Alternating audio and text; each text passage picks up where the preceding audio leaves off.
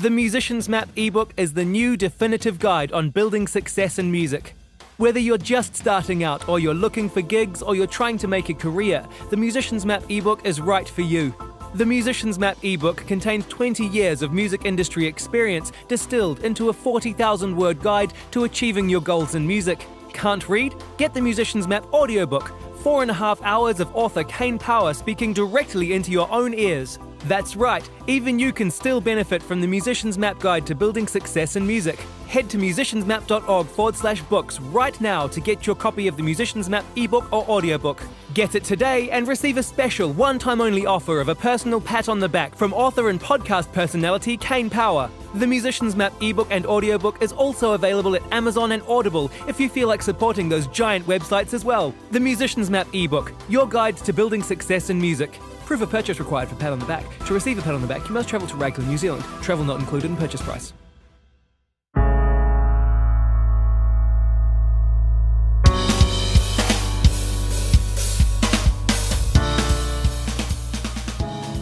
Hey everyone, welcome to the Musician's Map podcast. My guest this week has travelled all over the world playing music. She's won game shows, been a resident artist, had her music on film and television, arranged and performed for the Auckland Symphony Orchestra, and opened shows for the likes of Paul Weller, Jules Holland and John Mayer. Her list of achievements is huge, and she embraces a diverse approach to living as a full-time musician. This week I'm talking to singer, keyboardist, pianist and songwriter Lisa Crawley. Lisa talks about her years of making music as a job to fund making music as a passion. We discuss being independent, tailoring for specific audiences, music marketing, artist residencies, collaboration, opening slots, and her new cabaret show, Elizabeth. We caught up while I was in Melbourne a few weeks ago.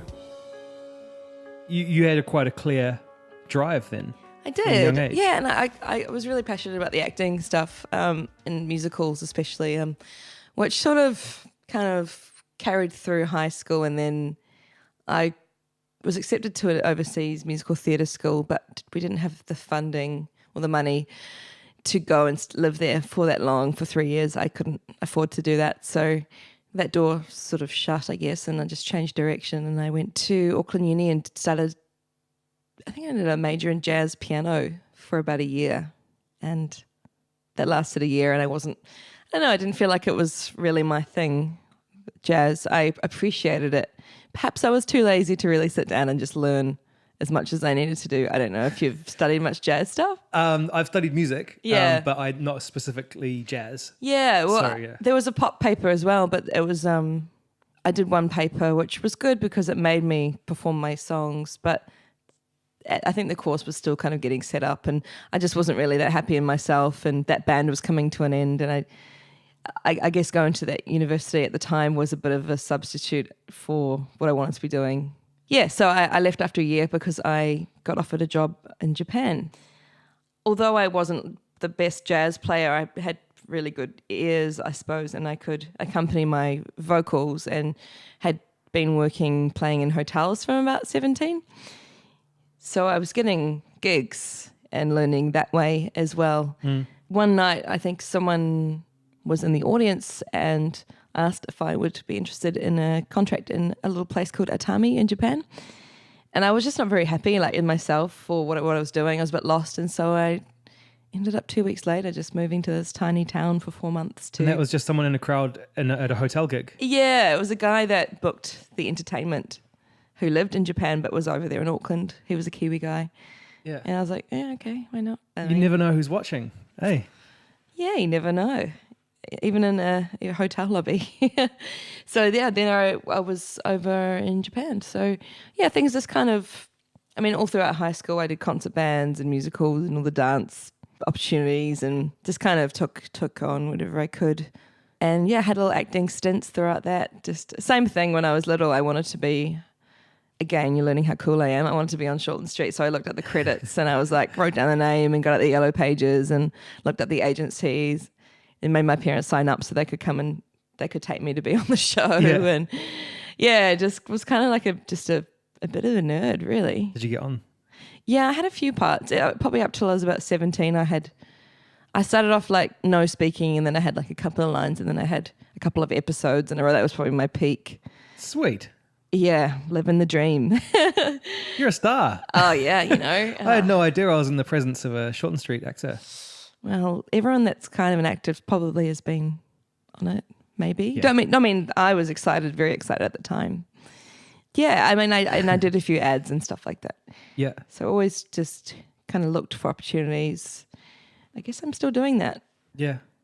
You know, seeing what's out there. So Japan was interesting, and I had no idea what to expect because they didn't tell me. Really, I had 2 weeks' notice. So I learned some key Japanese phrases, introducing myself. Realised we're actually doing there were 3 other entertainers there, all from New Zealand, but quite a bit older than me and quite used to doing that sort of work. And it was like dinner shows, so people would come. It was a tiny little town. People would come from Tokyo, sit down for their dinner in this fancy ballroom. It was quite a creepy, old-fashioned, beautiful hotel.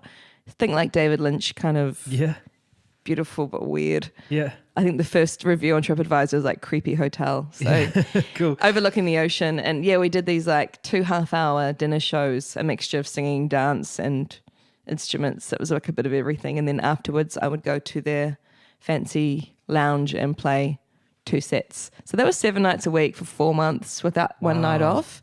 And I got so anxious. I just found it like just such a change of lifestyle because there were no English speakers. It was an interesting time, but I wasn't into university, and it was a chance to do something different, and it certainly was different. Yeah, wow. Did you, I mean, you must have 4 months playing every single day for a few hours. Like your chops must have gotten incredible. Yeah, they weren't super long sets, but the songs were just so cheesy as well. Yeah. Lots of requests for Titanic song and Hero. The guests were beautiful and lovely. No one really spoke any English because it was such a tiny little resort town. But for me, the biggest affirmation coming out of that was that I do not want to sing those songs. Yeah. I want to sing my own songs. Yep. So from there, went to London and just played anywhere I could really for 6 months without a visa. So I was just working. I was working at this random nightclub starting at 10 p.m. for 12 hours. It was weird. What? For £5 an hour. I remember getting £5 an hour. Yeah, did you live in London as well? Yeah. Yeah. For 7 years. 7 years. Yeah. Did lots of stuff, but my first job was minimum wage. I think it was $5.64. Oh, I think, at that time. That's a lot more than I got. 64 more cents than I got. What was that doing? That was working in a bar. Oh, yeah. Thing. Yep. In a gastropub, which I did for 6 months before I got into. Was it under the field. table? No. Oh, it was legit. It was legit. If I say mine was under the table, maybe I'm going to get in trouble. But the bar got shut down because of a stabbing. So that sets the tone of where I was working. Classic. Yeah. So when did you do your first EP of original material? Yeah, that would have been around that year I was in uni. So I recorded something, just a 4-track EP that I did with my friend Pete Wood. Some of it I recorded at uni on the piano there, and then I actually did things really backwards. I did all the piano, and then I tried to put the drums and bass around it. Just didn't know what I was doing. My friend Pete Wood helped me with that one. He was cool, and I had something to take with me over there to London. So that was my first release was 2007, I think. Yeah. After my first London trip, so I came back to New Zealand and then recorded that. Sure. Yeah. Okay, cool. Yeah. And from there, it was an EP and then another EP? I was a little, I didn't really know what I was doing. So I printed very optimistically. I was like, let's get 2,000 copies of that. No distribution tour deal. Yeah. So I was, you want a coaster? I've got a coaster for you. I've still got some. Yeah. But it was cool. That's just how you learn things. I was like, okay, maybe I don't need to get 2,000 right now. Yeah. Maybe I need to find someone to put them in shops. Okay, learn that. Yes, and then so 2 years later I did another EP, and that was after coming back from London again. So I went back to New Zealand and got a work visa, went back to London with that work visa, did some more shows. And London was hard. I started to get some good shows and get some good opening things. And there were a lot of shows, as you probably know, that are like people do a tally by your name of how many punters you bring. Yeah. Who you here to see? Who you here to see? You know, and Yeah. you might get like £10 if you're lucky. Once you at get the 10 end. people in the door, then they start to give you. Then you don't lose money. Then Yeah. they don't make you pay them. Yeah. Yeah. That's it. Did you do gigs there? Yeah. Lots for years. Yeah. Yeah. Some amazing gigs and some truly awful ones. Yeah. Did you play the Bedford ever? It was like this cool place that did live broadcast, which at the time was Was that pretty. in Balham? Yeah, I liked Yeah. that place. Yeah. That was cool. I also joined Rodney Fisher's band, who's the singer from Good Shit. So he lived there and he started up a band, and there were like 12 of us in the band. So it was super fun. And we went to South by Southwest during that period as well. So how did you hook up with him? Oh my goodness. Yeah, I don't know. Probably just email, Yeah. word of mouth, friends of a friend or something. Because I knew of them and I was a Good Shirt fan as well. And I think my old band, Villiers, from when I was in high school, we played with them Yeah. sometime, which would have been very exciting for me back then. And now, like I played with Rodney a few months ago. He's a really good friend. Yeah, so I released the second EP when I got back from London that time around, and my visa was no more. Yeah. So I wouldn't say I was stuck in New Zealand. I was in New Zealand just figuring out what to do next, really. And so you're entirely independent. Yes, yeah, I've always been independent. I've had a bit of funding from New Zealand On Air for videos. Yep. After I probably did maybe 2 or 3 of my own self-funded ones. And I think that showed them at the time that I was going to be doing it regardless. And then they kindly funded a couple of videos. Yeah, so I've probably done now 14 music clips, maybe, videos. Wow. Some better than others, you know. Yeah, and yeah, of course. the first one was 2007, so the last 11 years. It's all that acting that I'm not doing, that I just vicariously coming out for these music videos. Cool. Yeah. There've been a variety. Some I saved up and spent quite a lot on others. My last video was done for no money at all, Nice. which was different, very DIY, but Yeah. I think it worked well for that particular song. Have you got friends who are filmmakers, or are you? No, coming up actually, with- that particular video I filmed at gigs. I filmed people while I was singing at weddings because it's called Wedding Band. And I filmed people from the perspective of the musician, the less glamorous perspective. Wow. So there's no faces Cool. in the clip, really. Yeah. And then I went, because the song is contrast with talking about being overseas and doing your own thing, coming back in this harsh reality of being a wedding singer. Yep. Completely, fictional, of course. But yeah, I was like filming in Philippines just with my iPhone, and even underwater. I can't really swim, but I did snorkeling for the first time and had the iPhone in the bag, and there's some footage of that in the clip as well. So yeah, it was a very different approach, and I had someone help me edit it. That was that one. I want to talk more about you being indie, because you've released a couple of albums Yep. as well. Yeah. How are you finding it? How are you funding it? Funding, ever since I was young, I just put any money I've earned into music. So I don't own a house or anything that a lot of people my age might do, which, sometimes I'm really not envious. Sometimes I'm like, that would be cool to do that, because there's just no guarantees with, recording an album, apart from the fact you're going to have an album, but there's no guarantee people are going to necessarily hear it or like it or buy it. Yeah. But I just felt like there wasn't another option. I just wanted to do that because I loved it too much, I suppose. Ever since probably working at Dunkin' Donuts or 15 or whatever, just putting the money aside for music stuff. Yeah. And worked doing those gigs I didn't necessarily advertise or want to do, to put money aside. And that's actually still how I do things. Yep. If I need to sit in the corner and play at a function to get paid to pay my band for my gig I care about, then I'll do that, and just kind of in my head I will say it's work rather than a gig. Sure. Okay. So And play. you make the separation. Yeah, I have to, otherwise I'll go crazy. Yeah. Otherwise I'd be like, this is my life. People walking past, like asking you to turn it down, and Yeah. with headphones. And I don't mind. It's like good people watching.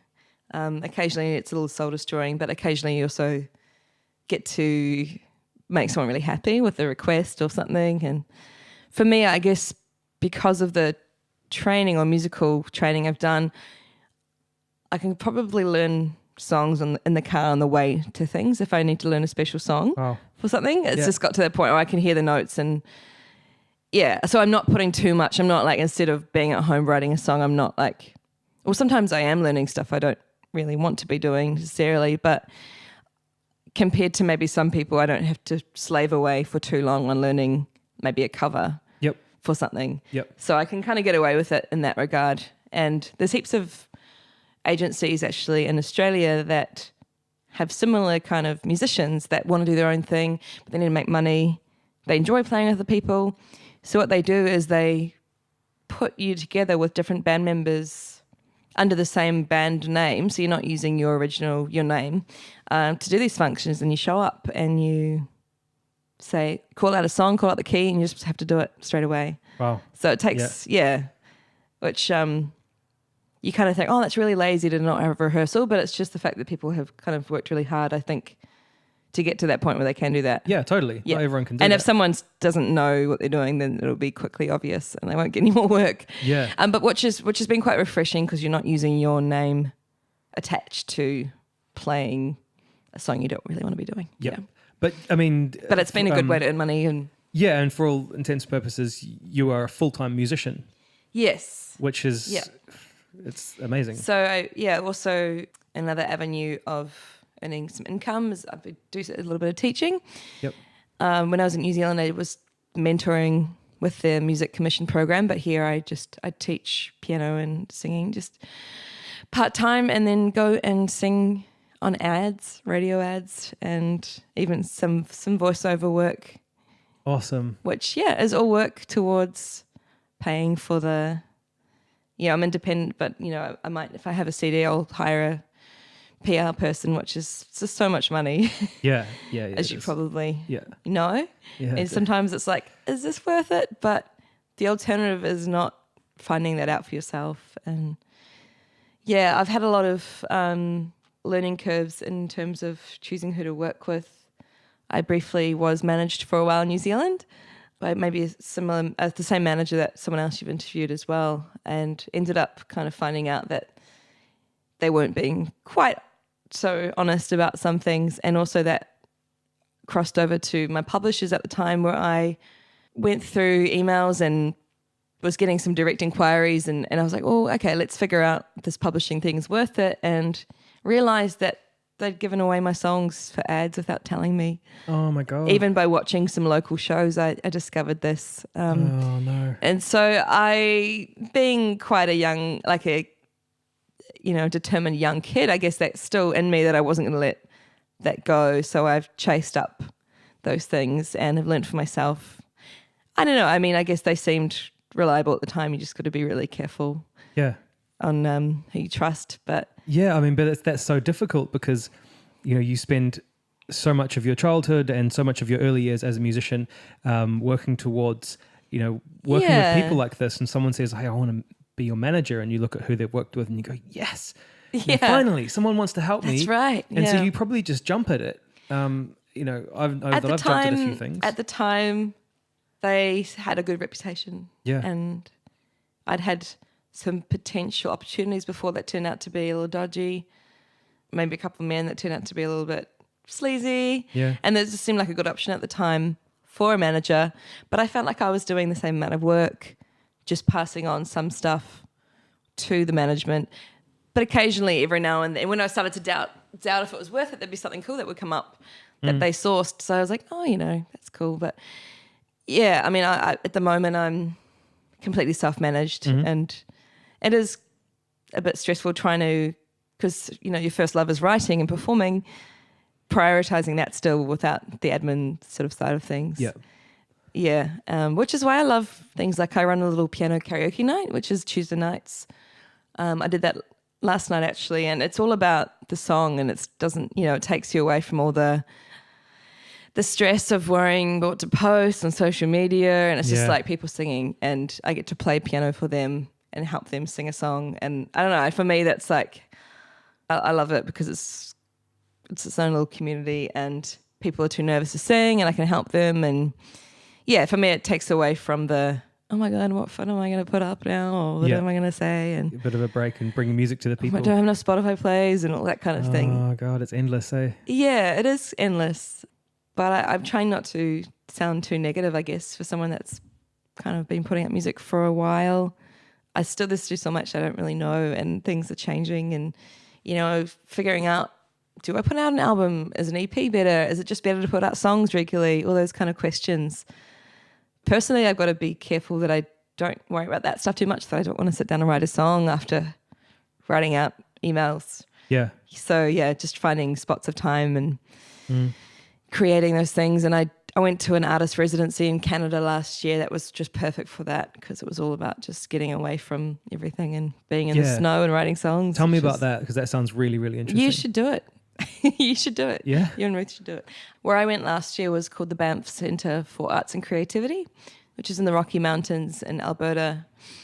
And a friend told me about it and I looked it up on the website and applications were almost closing. I was like, oh, I may as well apply. And yeah, got into that. And it was a 2-week course, which I think now they've made longer because it just flies by, where songwriters have the opportunity to either work with mentors or they can just go away and write. There's workshops with the faculty that are mainly Nashville-based songwriters. Okay. And you can, just the best thing. It was like 20 songwriters and you get together and you co-write if you want to. You can.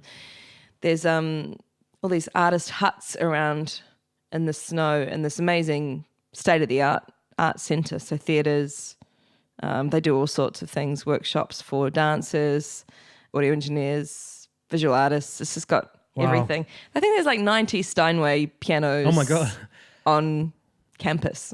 Yeah. And these little huts. So I had my own hut and you can just ask for what you wanted. Like one guy had a vibraphone in his and it was pretty incredible. And just being in that surrounding where you're writing a song on the piano and then an elk will be at the window saying, hey, you know, it was just cool. It was very, very cool. And I'd love to go back there and spend some more time there. For me, it was like I just started to feel like I was unwinding when it was finishing. Yeah.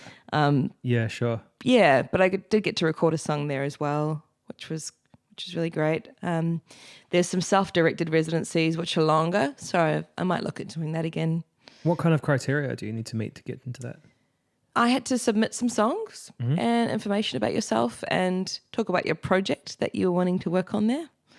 For me, that was an EP, but they didn't really check, you know, that's just your own goals. And I guess they wanted to just hear where you were at.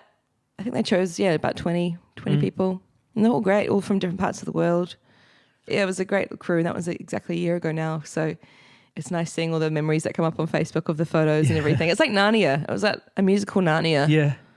Without the witch. Yeah.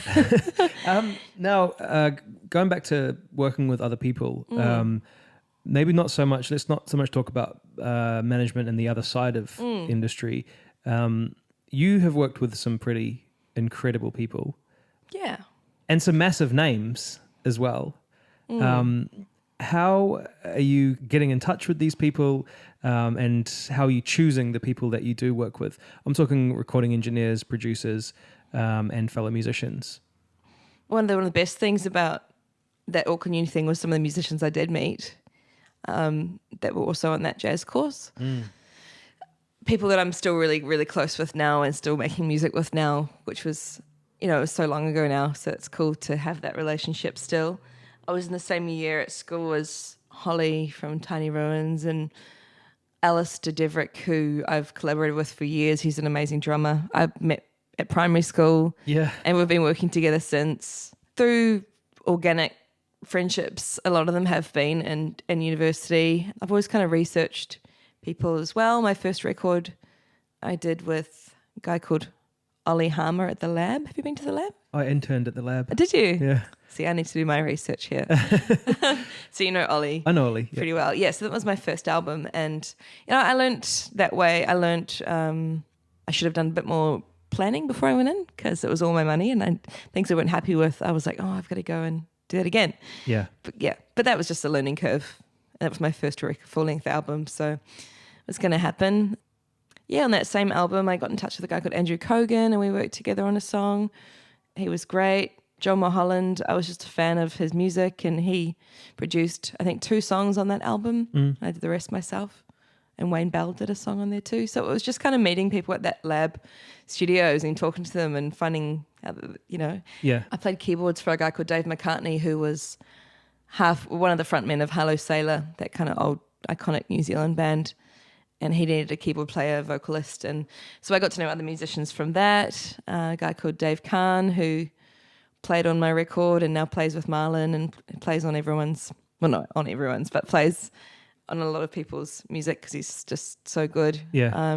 It's just through word of mouth. Ben King was a good friend, and he was in Golden Horse, and I was a big fan of Golden Horse. Growing up, we worked together on something, and then he put me forward for this show with Tim Finn that Tim Finn had written called White Cloud, which was a show about his family history. And then Tim asked me to learn the music for his own gigs, so I was very happy to join his band and spent large amount of time geeking out over all the little synth parts and all the split ends material. Yeah. Only for him to tell me afterwards not to worry about learning it exactly the same and just to do my own interpretation. Too late. Yeah. Too late. Already downloaded the MIDI file of that arpeggio in that synth part. Yeah. One of 8, because Eddie Rayner is just a genius, and I didn't want to disappoint, so I spent a lot of time doing that and did a few gigs in that band, and then went to work with Tim on his latest show, which is called Ladies in Black, where I don't know how I ended up doing this, but take his demos of him singing all these different characters and turn that into sheet music to develop for this new work, which involved quite a weird set of skills, I guess, listening to him on the phone singing melodies and me writing them down. Yeah. And yeah, I probably didn't value what I was doing enough to be assertive and talk about the professional side of that, because I was still getting confident in my own stuff. So stuff like talking about getting paid and all that was an afterthought. So my business hat is wasn't so good, but I'm getting there slowly.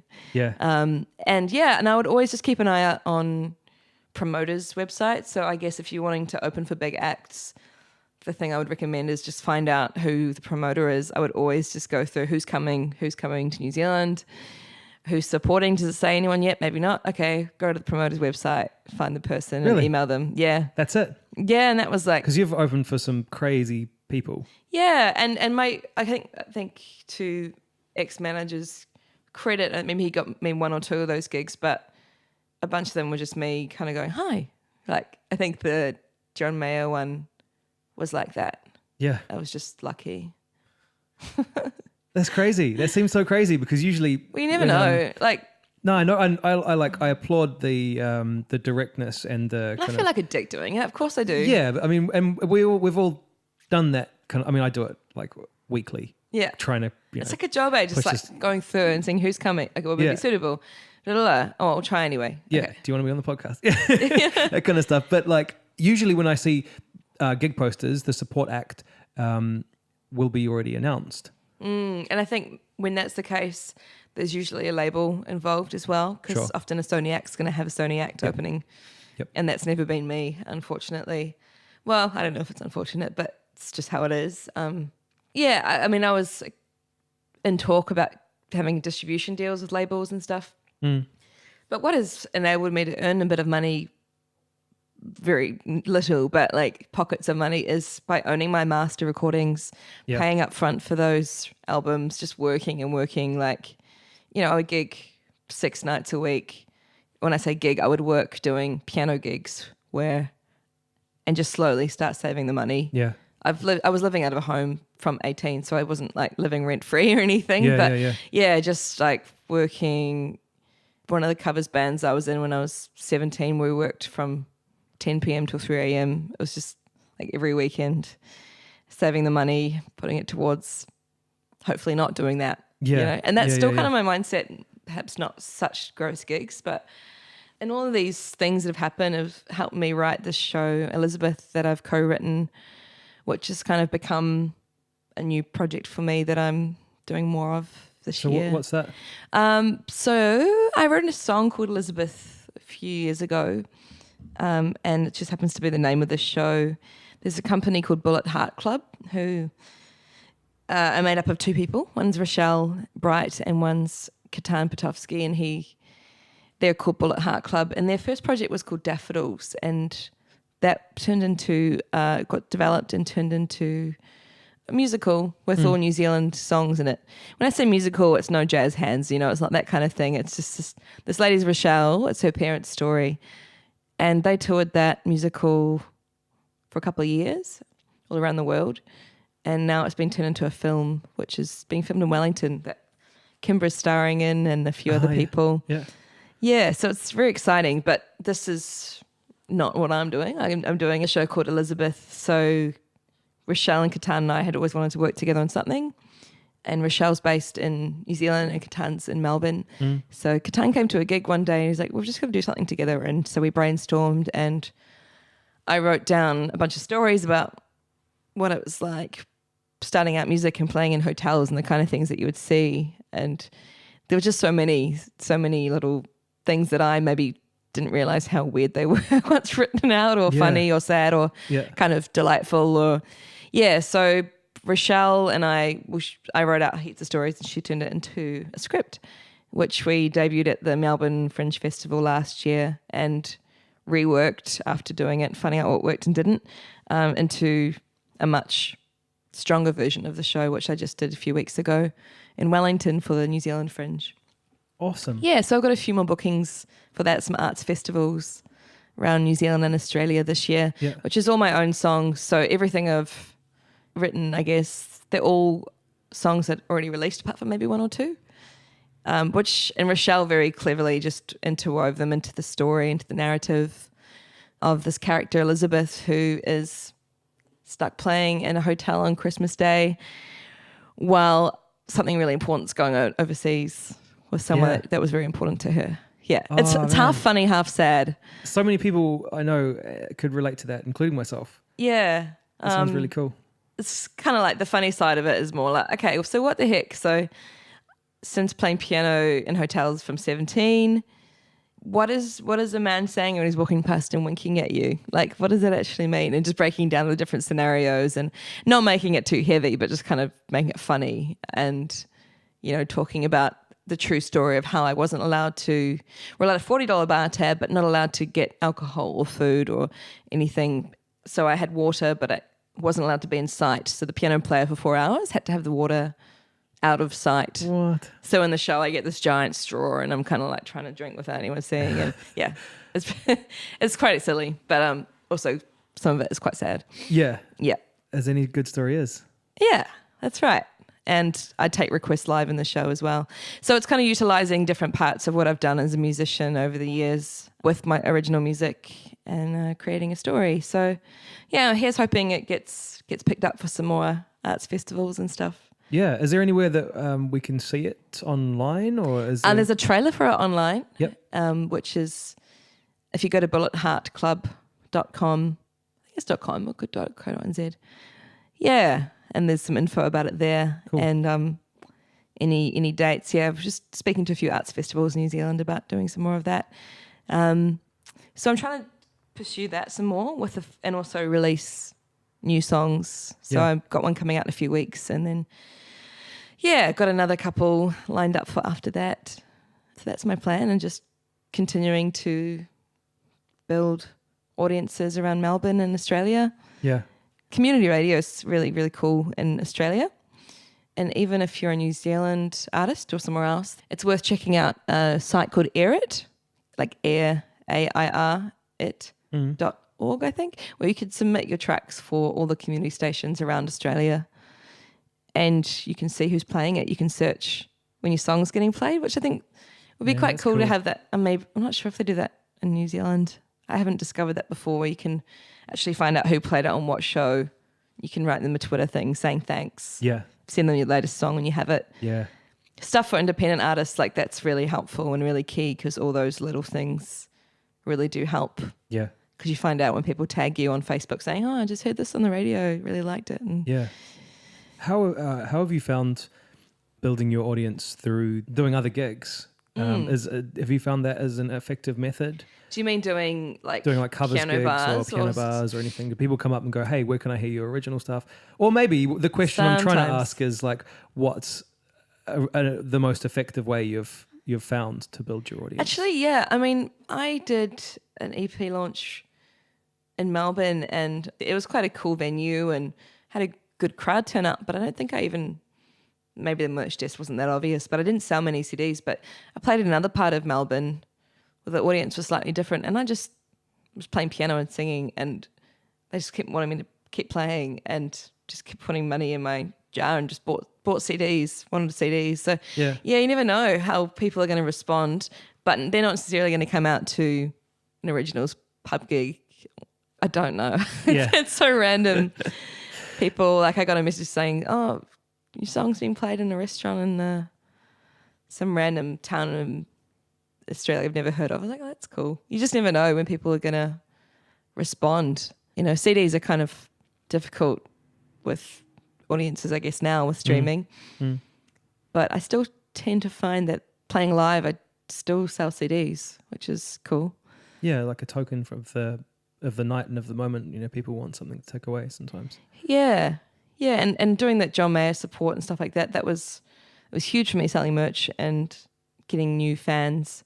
But then the next day, you know, I think I was playing at Shadows Bar at Auckland Uni, and even probably I think I got paid more to play at Shadows Bar than at Vector opening for John Mayer. Wow. But obviously the experience was quite different, and it was totally worthwhile. Yeah.